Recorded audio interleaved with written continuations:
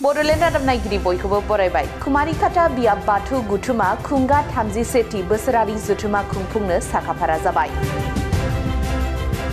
तामुलपुर बर' बाजार सेसापानि जथाइ बाथौ थानसालियाव कुमारिकाटा बियाब बाथौ गुथुमनि 37थि बोसोरारि जथुमा खुंफुंनो थियारि खालामनाय जादों। डिसेम्बर दाननि 20, 21 आरो 22 खालारखालि सानथामनि मेहेरगोनां हाबाफारिजों गाजा गोमजायै खुंफुंनो जानजि खाफ्रादों सेसापानि ओनसोलनि रायजो राजाफोरा। बे हाबाफारिजोंनो लोब्बा लाखिनानै 22 डिसेम्बर खालि मोनसे गेवलां मेलबो खुंफुंनो थि खालामनाय जादों। बे गेवलां मेलाव मिरु दुलाराय बाथौ गुथुमनि आफादगिरि परमेश्वर ब्रह्म, आसाम आयेन आफादनि बुंथिगिरि बिश्वजित दैमारी, दुलाराय बाथौ गुथुमनि फोसावदिं आफादगिरि कान्तेश्वर बरगयारिया आलासि महरै बाहागो लागोन। बेजों लोगोसेनो गुबुन गुबुन गथुमारि आफादनि दैदेनगिरिफोर आरो बाथौ सिबियारि रायजो राजाफोरा बाहागो लागोन। बे समाव कुमारिकाटा बियाब बाथौ गुथुमनि 37थि बोसोरारि जथुमानि बानजाय आफादनि मासिगिरि मनेश्वर बर' आरो लेङाइ मासिगिरि दावहरु बसुमतारिया मा बुंदों खोनासंदो। सेसापानि जथाइ बाथौ गुथुमनि आरसिनि जानानै आरो नोंथांमोननि चेनेलखौबो आं साबायखर थाबाय। जोंहा 37थि कुमारिकाटा बाथौ बियाब गुथुमखौ खुंफुंनो थाखाय जों गासै सेसापानि ओनसोलाव थानाय 10टा गामिया गाजा गोमजायै साखाफारा खादों। जों जयै खुंफुंनो थाखाय जों थियारि। जोंनि माने बाथौ गुथुमनि जिखिनि खुंनो गोनां थारिखआ जाहैबाय 20, 21 आरो 22 डिसेम्बराव जागोन। माने कालारफुल खालामनो सानदों आरो जों आलासि माखासेखौबो जों कनसेन्ट लाखाजोब्बाय आरो जोंहा 20 आरो 21, 22 माने गेवलां मेल खालि जोङो बिश्वजित दैमारिखौबो कनसेन्ट लानाय जाखाबाय। बिथाङा जोंनो खोथा होदों आं नोंथांमोननि माबायाव बे बाथौ खुंफुंनाय मेलाव आं नोंथांमोननाव थांगोन होननानै जोंनो बिथां सारा जोंनो खोथा होना दोनदों। जों माने गोबां रायजो राजा जोंनि बाथौ सिबियारिफोरनिफ्राय जों गोबां माने मदद लुबैदों। जोंनि 10टा गामियाथ' बहुद सांग्राङै जों खुंफुंनो आखायाव लाबाय।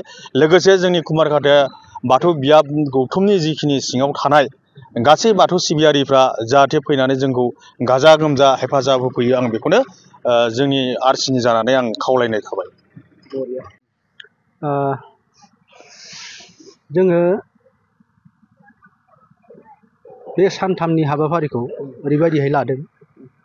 जोंनि कुमारिकाटा आनसलिकनि बिबानगिरिफोर लोगोसे बिसोरखौ लानानै जों आरसिखौ दानाय जादों। आरो बे आरसियाव बे जोंनि प्राइमारिनि आन्दाराव 10टा गामि दङ।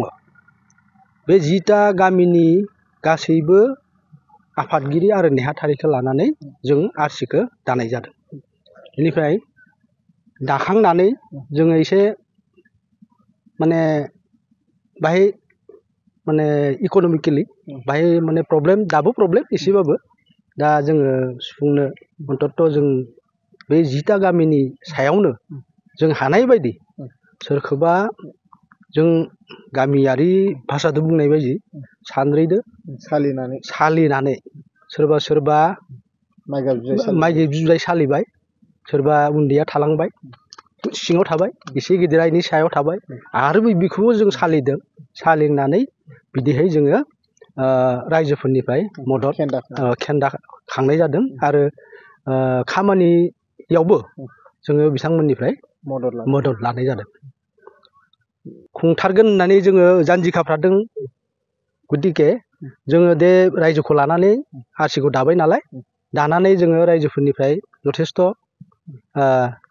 गोसो गुदुं रायजोफोरनिफ्राय जथेस्थ' जों सहयोग मोनदों। बिथांमोनाबो जानजि खाफ्राय नालाय जोंबो माने फैगौ बे सानथामखिनिखौ मोजाङै खुंफुंगोन होननानै माने आसाबादि आरो खुंफुंगोन होननानै आं बाथ्रा होनाय जाबाय। मा हाबाफारियाव जोंनाव दङ। गिबियावनो जोंनिया जागोन 20 खालि जोंनिया बेखेवनाय हाबाफारि दङ। बेखेवनायानो थान्दै मेला 21 खालार खालि दङ। खिन्थु बिनि सिगाङावबो जोंनिया आरज माने दैदेनगिरिफोर दङ बिसोर बिथांमोनाबो जोंनिया माबानि बियाबनि आन्दाराव थानाय गासैनिबो गामिनिफ्राय दिउरि बिथांमोना फैगोन बे दिउरि बिथांमोना सावरायमेलबो जागोन जोंनि जिथु निति नियम बर'नि जिथु गुबै निति नियम बेफोरखौ जों बे सावरायमेलाव बिथांमोननि गामिफोरनिफ्राय माने सुबिदा उसुबिदाखौ रायज्लायगोन बिथांमोना रायज्लायगोन माने धरक गासैबो गामिया न' गंसेयैनो बा गंसे माबायावनो जिरायसालियावनो जिरायनानै सुबिदा उसुबिदाखौ रायज्लायनो हागोन बिथांमोना गावबा गावनि गोसोखौ फोरमायलायनो हागोन। गेवलां मेलाव सोर सोर बाहागो लागोन? गेवलां मेलाव जोङो जोंनि आसामनिनो रायजो सभानि बुंथिगिरि बिथां बिस्वजित